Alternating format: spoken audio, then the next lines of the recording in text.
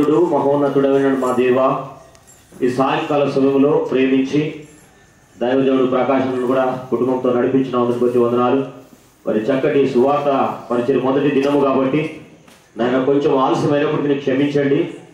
అలాగే ప్రభా, ఇంకా మరి ప్రభా, ఈ రాత్రి దైవజనుడి ద్వారా వాక్యం ఏదైతే వినిపిస్తున్నావో నాలో మాలో ఈ యొక్క కార్యం జరిగించమని ప్రార్థిస్తున్నాం.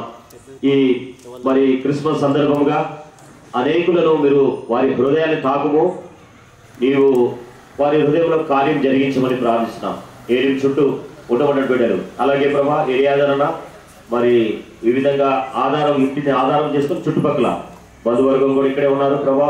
అందరిని ఆధారం చేసుకుని ఇక్కడ జరుగుతున్నటువంటి ఈ కూడికను మీరు ఆశీర్వకరంగా దీవెనకరంగా ఉంచు. పాటలు, వాయిద్యాలు, మరి కరెంటు ముఖ్యంగా మీరు మీ స్వాధీనంలో ఉంచుకుంటున్నామని ప్రార్థిస్తూ, ఎక్కడ కూడా అభ్యంతరకరమైనటువంటి ప్రతి పరిస్థితి నుండి విడుదల దయచేయమని ప్రార్థిస్తూ యేసు క్రీస్తు నామమున ప్రార్థించి వేడుకుంటున్నాం తండ్రి, ఆమేన్. దయచేసి కూర్చోండి.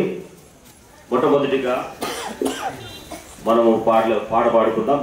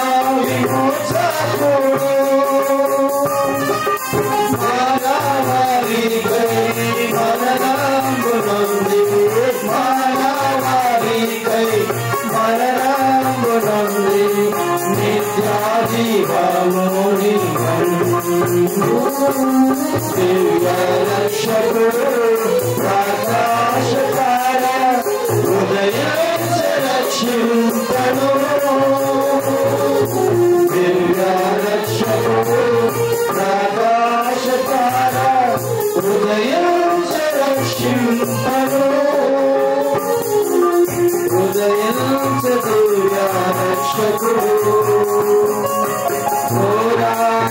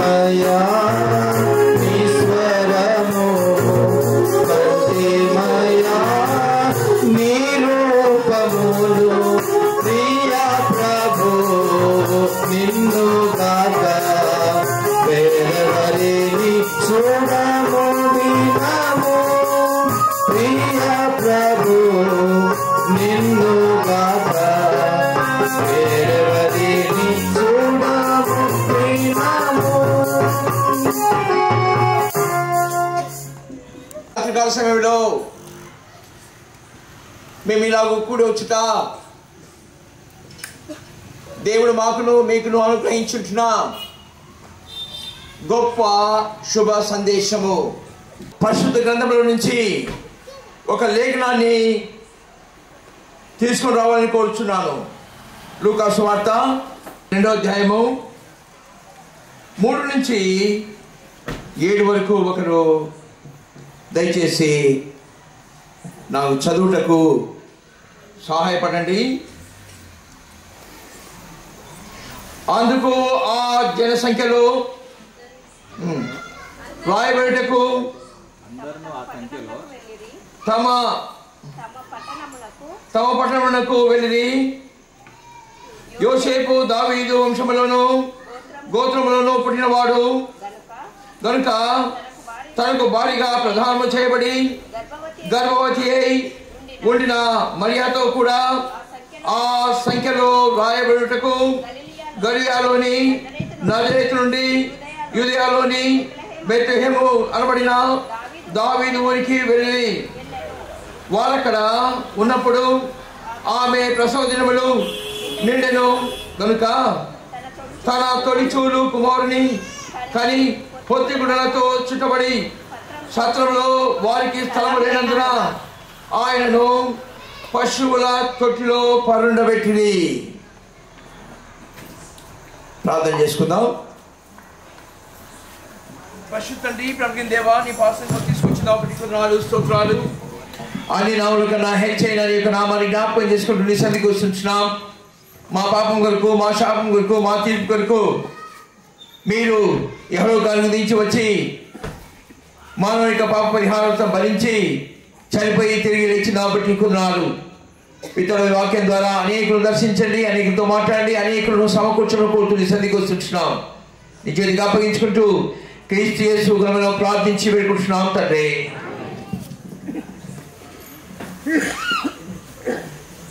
మా ప్రియ స్నేహితులారా, ఈ రాత్రికాల సమయంలో దేవాది దేవుడు మానవాళిగా యెహోవానికి ఆరాధించుటకు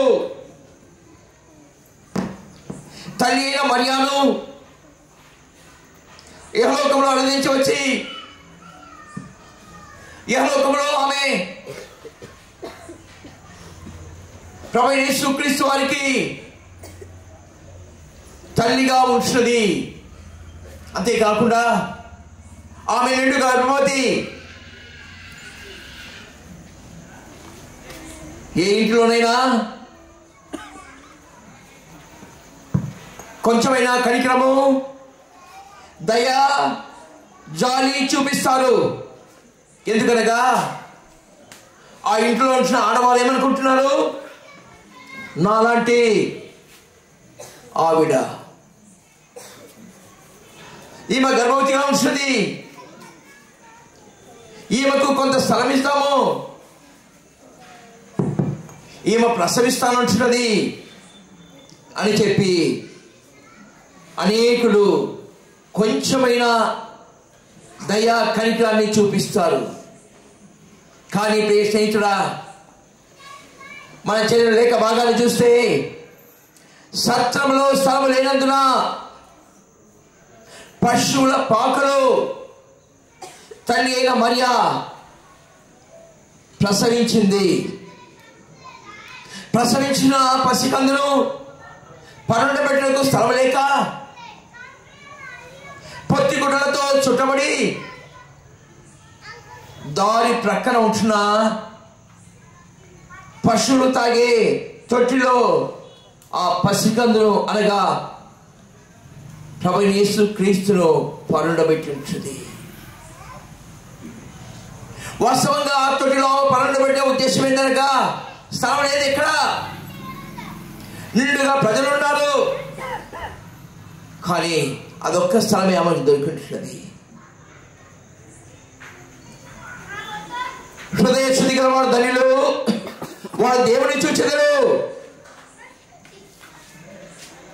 మన హృదయము ఒక తొట్టిగా ఉంటుంది. ఆ తొట్టిలో ఆయన పరుండాలని చెప్పి ఆశిస్తున్నాడు. కానీ స్నేహితుడా, మానవుని యొక్క హృదయం ఇలాగా ఉంటుంది, ఘోరమైన వ్యాధితో నింపబడి ఉంటుంది. దానిని గ్రహింపగలిగిన వాడు ఎవడు? పీడా గమనించావా? మానవుని యొక్క హృదయము ఘోరమైన వ్యాధితో నింపబడినది. దాన్ని గ్రహింపగలిగిన వాడు ఎవడు? బాహ్యంగా మనం చాలా మంచి వారంగా ఉంటున్నాం.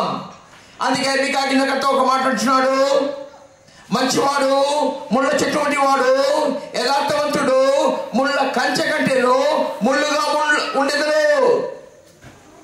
ఎందుకంటున్నాడు ఆ మాటలుగా? ఇహలోకంలో మానవులలో ఎవరు కూడా మంచివారు లేరు. ఇహలోకంలో ఎవరు కూడా నీతివంతులు అనబడిన వారు లేరు. ఈ లోకంలో మనం ఎక్కడ గమనించినప్పటికీ, మనం ఎక్కడ చూసినప్పటికీ నీతివంతుడు ఒక్కడు లేడు. రోమీ రాసిన పత్రిక 3వ అధ్యాయం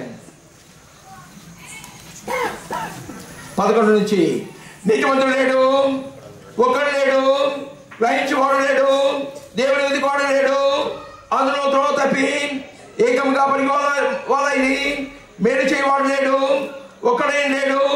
వారి గొంతుక తెరిచిన సమాధి, తమ నాలుకతో మోసం చేయుదురు. వారి పెదవుల కింద సర్వవిషం ఉన్నది, వారి నోటి నిండా శపించడియు పగయ ఉన్నది. రక్తము చిందుటకు వారి పాదములు పరిగెత్తుచున్నవి. నాశనములు కష్టములు వారి మార్గములో ఉన్నవి. శాంతి మార్గము వాడెవరు? వారి కన్నుల ఎదుట దేవుని భయము లేదు. వారి కన్నుల ఎదుట దేవుని భయం లేదు. యెహోవాలో నీతిమంతుడు ఒక్కడు కూడా లేడు. ఎవరైతే మేము నీతిమంతులమని చెప్పుకొచ్చున్నారో తమ స్వనీతిని ఆధారం చేసుకొని వారు నీతిమంతులుగా ఎంచబడుచున్నారే కానీ ఈ లోకంలో ఒక్కడు కూడా లేడు. చెడిపోయిన మానవుని యొక్క హృదయంలో నుండి, పాడైపోయిన మానవుని యొక్క హృదయంలో నుండి ఎలాంటివి బయటికి వస్తున్నాయి. వేటితో మనం నింపబడి ఉంటున్నాం. మన హృదయము వేటితో నింపబడి ఉంటుంది. మార్క్స్ వార్త 7వ అధ్యాయం 20 నుంచి, మనుషుల లోపల నుండి అనగా అంత దూరం ఉంటే నాకు వినపడదు. మనుషుల లోపల నుండి బయలువెళ్ళినది మనుషుని అపవిత్రపరచును. లోపల నుండి అనగా మనుషుల హృదయంలో నుండి దురాలోచనలను, జాగ్రత్తలను, దొంగతనములను, నరహత్యలను, వ్యభిచారములను, లోపములను, చెడుతనములను, కృత్రిమములను, కామ వికారమును, మత్సరమును, దేవదూషణయు, అహంభావమును, అవివేకమును వచ్చును. ఈ చెడ్డవన్నీ లోపల నుండి బయలు వెళ్లి మనుషుని అపవిత్రపరచునని ఆయన చెప్పాను. గమనించావా? మానవుని యొక్క హృదయంలో నుంచి బయలు వెళ్ళినవి మానవుని అపవిత్రపరచుతున్నవి. దేవాది దేవుడు ఆశిస్తున్నది మన హృదయం శుద్ధిగా ఉండాలని ఆశిస్తున్నాడు. దేవాది దేవుడు ఆశిస్తున్నది ఆ శుద్ధి కలిగిన హృదయాన్ని దేవుడు గణపరిచేవాడిగా ఉంటున్నాడు. మనం ఒక పవిత్ర స్థలానికి పోయేటప్పుడు, మనం ఒక పుణ్యస్థలానికి పోయేటప్పుడు మనము మంచిగా స్నానం చేసి, కొంతమంది తడి బట్టలతోనే దాన్ని మరుగంటారో ఏదో ఒక మాట అంటారు. అలా కూడా ఆ పవిత్ర స్థలంలో పోయి వాళ్ళు దర్శించి వస్తుంటున్నారు. మన శరీరం అనేది శుద్ధిగా ఉండాలి వాస్తవమే, కానీ మన హృదయము శుద్ధిగా ఉండదా? మన హృదయము ఎలాగో నింపబడి ఉంటుంది. కాబట్టి ఆ ప్రేమకి దేవుడు 2024 సంవత్సరాల క్రిందట యెహోవాకు అందించి వచ్చాడు. ఆయన భూలోకానికి రాకమునిపే ప్రేమకి దేవుడు లేఖనానుసారముగా ఆయన సెలవిచ్చుంటున్నాడు. యెషయా గ్రంథము 9వ అధ్యాయము 6. ఏలైనగా మనకు శిశువు పుట్టెను, మనకు కుమారుడు అనుగ్రహింపబడెను, ఆయన భుజం మీద రాజ్యభారం ఉండును. ఆశ్చర్యకరుడు, ఆలోచనకర్త, బలవంతుడైన దేవుడు, నిత్యుడగు తండ్రి, సమాధానకర్తయగు అధిపతి అని అతనికి పేరు పెట్టబడును. 100 సంవత్సరాల కిందటే దేవుడు లేఖనానుసారముగా ప్రవచించాడు. ఆ ప్రేమగల దేవుడు ప్రభు యేసుక్రీస్తు వారు లోకానికి వస్తాడని, అనగా యేసు అనగా రక్షకుడు, క్రీస్తు అనగా అభిషేక్తుడు, మానవ పాప పరిహారార్థమై యెహోవాకు నుంచి వచ్చిన జగత్ రక్షకుడు ఇస్తున్నాడు. మీరు అనుకోవచ్చు ఇదొక కులమునకు, ఇదొక మతమునకు సంబంధించినది. ఈ పరిశుద్ధ గ్రంథంలో ఎక్కడ కూడా రాయబడలేదు.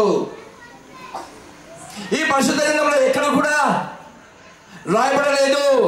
ప్రభు యేసుక్రీస్తు స్వయాన తాను సెలవిచ్చుచున్నాడు, నేనే మార్గమును, సత్యమును, జీవమును, నా ద్వారా తప్ప ఎవరినో పరలోక రాజ్యంలోనికి ప్రవేశింపలేదు. సుమారు 70 సంవత్సరాల కిందట లాలుద్దీన్ అనే ఒక వ్యక్తి ఇదే మహాపట్టణంలో దేవుని వాక్యాన్ని ప్రకటించాడు. తర్వాత దేవజనులు భక్సింగ్ గారు ఇదే గ్రామంలో, ఇదే పట్టణంలో సువార్త ప్రకటించాడు. ఇలాగూ పోతే అనేకులు వైశ్యులు దేవుని ఎరిగి ఉంటున్నారు. ఏ భేదము లేదు ప్రియుడా, లోకంలో భేదాలు ఉన్నాయి, మానవుల్లో భేదాలు ఉన్నాయి. దేవుని దృష్టికి ఏ భేదము లేదు. నువ్వు గమనించావా? ఆయన లోకానికి ఆరాధించవచ్చు కారణం మానవ పాప పరిహారార్థమై అప్పగించబడికే వచ్చాడు. నా ప్రాణం పెట్టుకును, తిరిగి నా ప్రాణం తీసుకోను, నాకు అధికారం కలదు అని ఆ ప్రేమకి రక్షకుడు సెలవిచ్చుంటున్నాడు. ప్రియస్నేహితుడా, ఏ లోకంలో జీవిస్తున్న మనము ఎంతవరకు జీవిస్తాం? యాకోబు గంట ఒక మాట అంటున్నాడు, నీ జీవం మేపాటిది, కొంతసేపు కనబడి అందులో మాయమైపోవు, ఆవిరి వంటి కావా. మానవుడి యొక్క జీవితము ఆవిరి వంటిదైనది. ఈ లోకాన్ని విడిచేదానికి మునుపు అనగా మానవుడు పాపంలో జన్మించినాడు, మానవుడు పాపంలో జీవిస్తున్నాడు, ఒక్కరోజునే పాపంలో మరణిస్తాడు. పరిశుద్ధంగా బైబిల్ సెలవిస్తుంది, నేను పాపంలో పుట్టినవాడను, పాపంలో నా తల్లి నన్ను గర్భం ధరించను. మానవుడు పాపంలో జీవిస్తున్నాడు. తల్లి కడుపున పుట్టిన వరకుని భక్తిహీనుడు మరింత ముందు కలిగి ఉన్నాడు. పుట్టినతోనే తప్పిపోతున్నాడు. ఈ మానవుడే పాపంలో వచ్చే జీవితం మరణము, నీతి నాశము, నరకము, అగ్నిగుణము, ఇగో కాబోయే స్థలం. అగ్ని ఆనదు, పురుగు చావదు, ఆ స్థలంలో మానవుడు ఉండవచ్చుంటున్నాడు. కానీ పీడ ఎవరిస్తారు విడుదల, ఎవరిస్తారు విమోచన, ఎవరి ద్వారా మానవునికి విడుదల కలుగుతుంది? దుష్ట శిక్షణ. దుష్ట శిక్షణ. దుష్టుని శిక్షిస్తే లోకంలో మంచివాడు అనేవాడు ఉంటున్నాడా? అందుకే ప్రభువు యేసుక్రీస్తు వారు ఒక మాట అన్నాడు, ఆరోగ్యము కలిగిన వారికి వైద్యుడు అక్కర్లేదు. మనం మంచిగా ఆరోగ్యంగా ఉన్నట్లయితే మనము హాస్పిటల్కి పోవాల్సిన అవసరం లేదు. రోగుల కొరికే ఆయన వచ్చాడు, పాపమనే రోగం. ఆయన ఈ లోకానికి వచ్చి మానవులు ఇక ప్రతి ఒక్కరికి కూడా స్వస్థత ఇచ్చేశాడు. 30 సంవత్సరాలు ఒక మానవుడిగా జీవించాడు. 3 సంవత్సరాలు ఆయన భూలోకంలో సేవ చేశాడు. అనేకులను స్వస్థపరిచాడు. అంతేకాకుండా ఆయన పట్టుకోవాలని చెప్పేసి కొంతమంది పరిసయ్యులు సద్దూకయ్యులు కలిసి వ్యభిచారంతో పట్టుబడిన స్త్రీని ఆయన ఎదుగు తీసుకొని వచ్చి, బతుకుడా ఈమె వ్యభిచారం చేయించుండగా ఈమె పట్టబడింది, ఇలాంటి వారిని మోషే ధర్మశాస్త్రం ప్రకారము రాళ్ళని చంపాలి, అయితే నీవేమంటావు?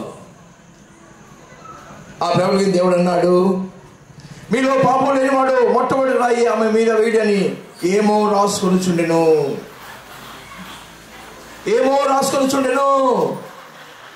మొదటి వారు మొదలుకొని కనబడి వారి వరకు అందరూ కూడా వెళ్ళిపోయారు. ఆ ఒక్కటే నిలబడింది. అమ్మా ఎవరి నుండి శిక్షింపలేదా? హెబ్రీ భాషలో ఆ పదాన్ని, కన్న తల్లికి ఉపయోగించే పదాన్ని ప్రభువు యేసుక్రీస్తు వ్యభిచారంతో పట్టుబడిన స్త్రీని సంబోధిస్తూ ఉంటున్నాడు. అమ్మా ఎవరి నుండి శిక్షింపలేదా? ఏ నుండి శిక్షింపను, ఇక పాపము చేయకు. అలాగున అనేక పర్యాయాలు అనేక రీతిలుగా ఆయన పట్టుకోవడానికి ఆయన ప్రయత్నించాలి, కానీ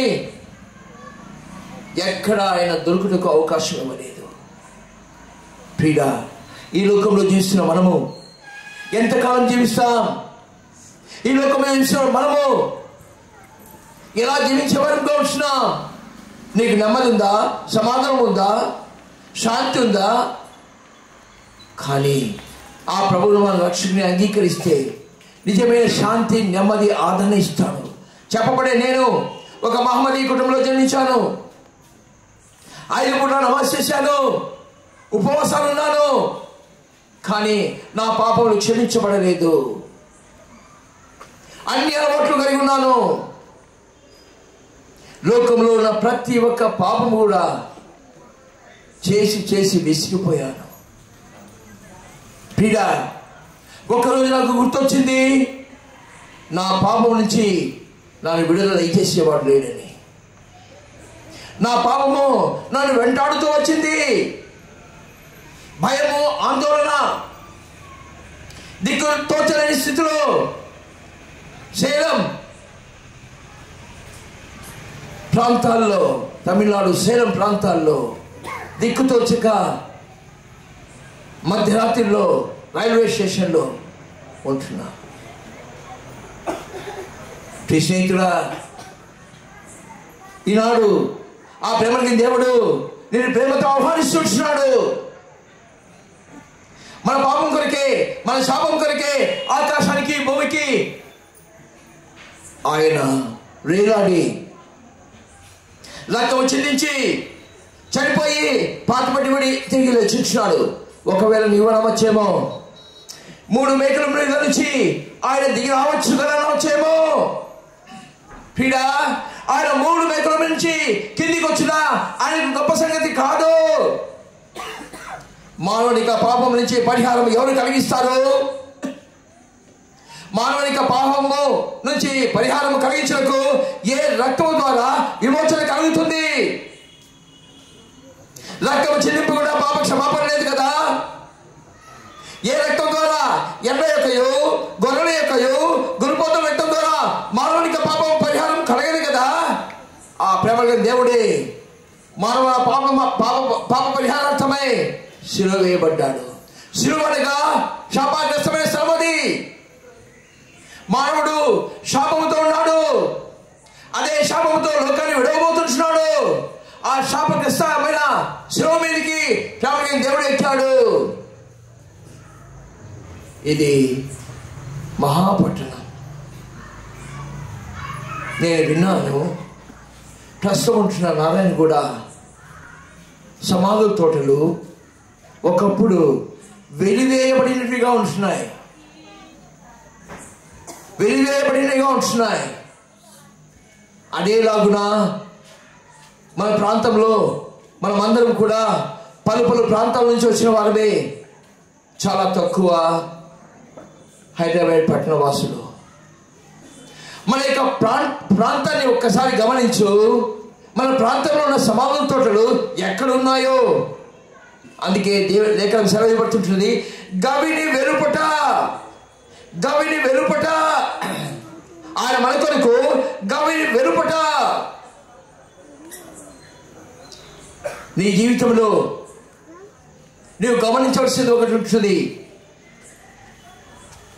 ఈ లోకాన్ని విడిచిన తర్వాత మనం ఉండవే స్థలంలో మనం ఉండాలి అంటే పాపం నుంచి విమోచన కలగాలి.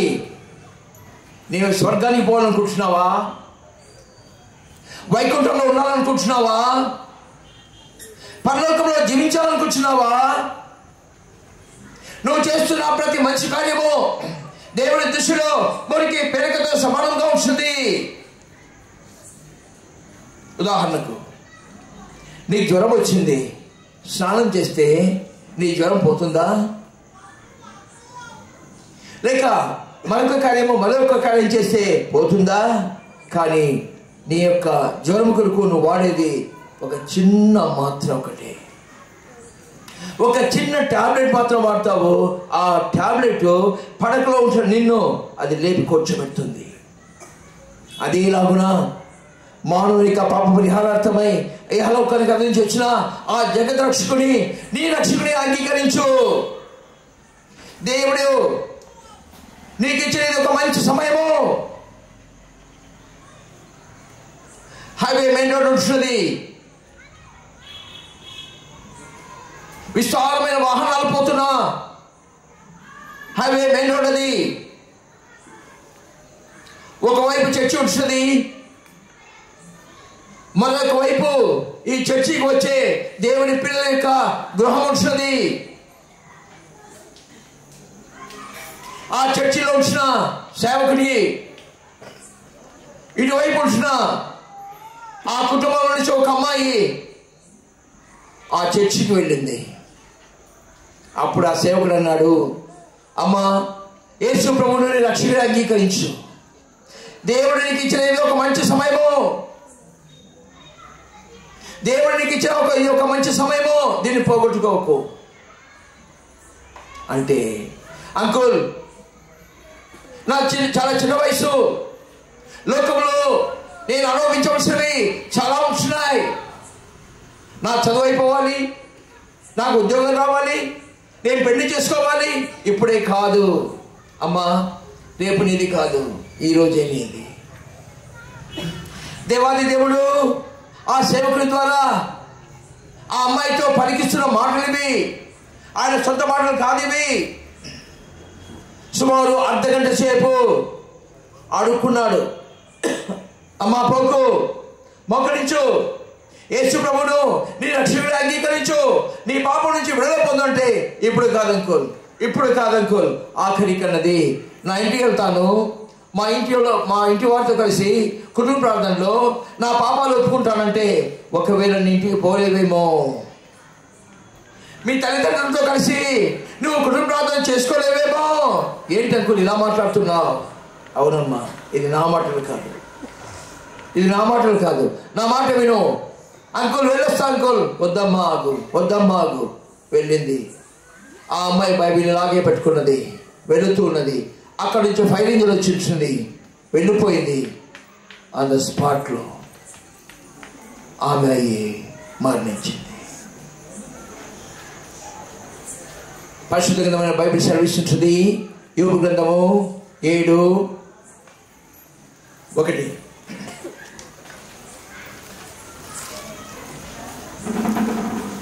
భూమి మీద నరుల కాలము యుద్ధ కాలము కాదా? వారి దినములు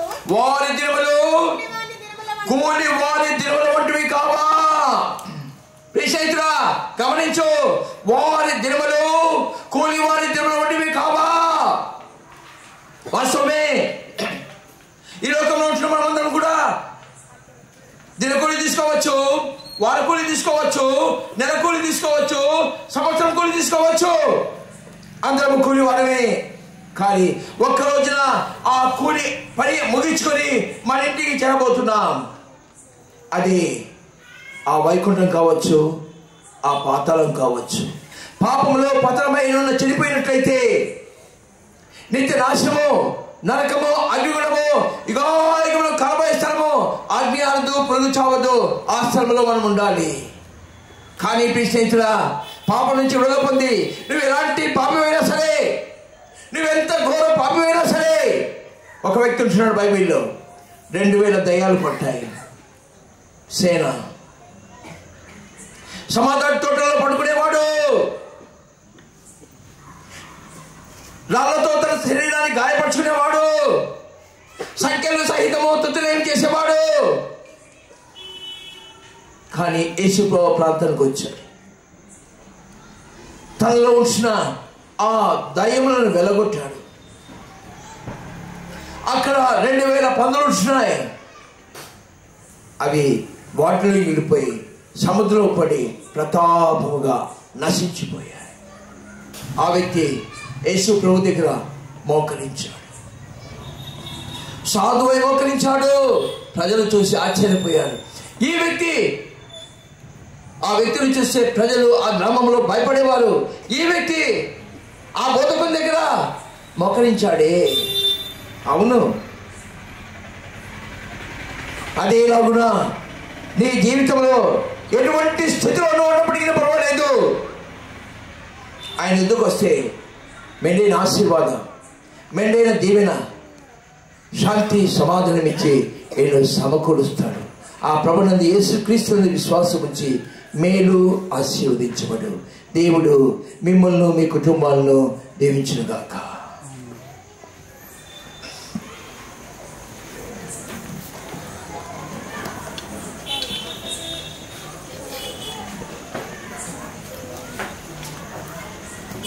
చక్కటి దేవుని వాక్యం మనం విన్నాం. ఈ శుభ దినాన ఇంకా మైక్ ద్వారా దూరంగా వినపడిన వారు ఎక్కడైనా ఉంటే దయచేసి మీకు సమీపముగా ఏలిం ప్రార్థనా మందిరం ఉంది. ఇక్కడ ఎల్లవేళలా దైవ సేవకులు ఇక్కడ ఉంటారు. మీ యొక్క అవసరతలు మీకు ఇంకా విపులముగా దేవుని గురించి తెలుసుకోవాలని కోరితే మీ ప్రశ్నలకు జవాబు దొరుకుతుంది. అలాగనే మీ యొక్క ఆత్మీయమైనటువంటి ఆత్మీయంగా మార్చబడతారు. సంతోషకరమైనటువంటి హృదయముగా చేయబడుతుంది. అలాగా మరి మీరు రావాలని మనవి చేస్తున్నాం. ప్రతి బుధవారం రాత్రి 7 గంటలకు ఇక్కడ బైబిల్ స్టడీ ఉంటుంది. ప్రతి మంగళవారం సంఘ ప్రార్థన జరుగుతుంది. ప్రతి బేస్తవారం గృహ కూడికలు జరుగుతాయి. అలాగే శుక్రవారం ఉపవాస ప్రార్థనలు, తిరిగి శనివారం సిస్టర్స్ మీటింగ్ జరుగుతుంది. కాబట్టి తిరిగి ఆదివారం ఉదయం ఆరాధన కార్యక్రమం ఉంటుంది. ఉదయం 10 గంటలకు. దయచేసి మీరందరూ మిమ్మల్ని ప్రేమపూర్వకంగా ఆహ్వానిస్తూ ఉన్నాం. ఇప్పుడు విన్నటువంటి మాటలు యేసుక్రీస్తునందు విశ్వాసం ఉంచడం ద్వారా మనము దీవింపబడతాం. మన పాపం స్థితిని మార్చబడుతుంది. కనుక మీరు ఎల్లవేళలా మేము ఆహ్వానిస్తున్నాం. ఎప్పుడైనా రావచ్చు, మీరు ఎప్పుడైనా మేలు పొందొచ్చు. దయచేసి మీ కొరకై ప్రార్థన చేస్తాం. ప్రేమల తండ్రి, సర్వాధికారి, సర్వశక్తిగల దేవ, ఈ యొక్క సాయంకాల సమయంలో నీ దాసుడు ఎలియాజరును ఆధారం చేసుకొని మరి అలాగే మరి లత, ప్రేమక్క వారి కుటుంబాలను ఆధారం చేసుకొని ఇక్కడ కూడిక కలిగి ఉండాలని గత నెలలో మేము ప్రార్థన చేసిన మేరకు ప్రభా ఈ సమయాన్ని ముఖ్యంగా దైవజనుడైనటువంటి ప్రకాశనను కూడా ఆదోని నుంచి సహోదరితో పాటు ప్రభా నడిపించినాం. ఈ దినం నీ దాసు ద్వారా విన్నటువంటి మాటలు మా హృదయాన్ని తాగినట్టుగా, తన హృదయంలో కార్యం జరిగినట్లుగా వీళ్ళందరిలో ప్రభా మీ పరిపూర్ణమైనటువంటి నీ కృప దయచేయమని ప్రార్థిస్తున్నాం. అలాగనే భోజన సమయం, భోజన అనంతరం వారికి ఏదైతే మేము ప్రకటన చేస్తున్నామో అవన్నిటినీ ప్రభా హృదయపూర్వకంగా వారు చేయడానికి సహాయం చేయండి. అలాగనే మరి పాలన్న కుమార్తె మరి తపిత కొంచెం అనారోగ్య పరిస్థితులు ఉందని తెలియజేస్తూ వచ్చింది ప్రభా. మరి బిడ్డకు మంచి ఆరోగ్యం దయచేయము, నిశలో కార్యం జరిగించమని ప్రార్థిస్తాం. ఇలాగా ప్రభా మరి రేపు జరిగే మరి సంఘ ప్రార్థన కొరకు సిద్ధపరచము. ఈ వారం అంతట్లో పరిపూర్ణమైన నీ ఆత్మచేత, నీ యొక్క కృపచేత మమ్మల్ని నింపి నేను పని జరిగించుటకు మీరు ముందుండి నడిపించమని ప్రార్థన. ఎవరైతే మరి ఆ యొక్క పని అన్ని విషయాల పనిలో సహకరిస్తూ వచ్చారో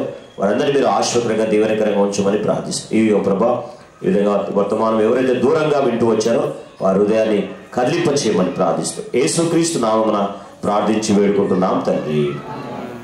మన తండ్రి దేవుని కృపయు ప్రభువైన యేసుక్రీస్తు సహవాసము పరిశుద్ధాత్మిక నిఖిత మనందరికీ మైక్ ద్వారా వినే వారికి కూడా తోడై ఉండడుగాక. ఆమేన్.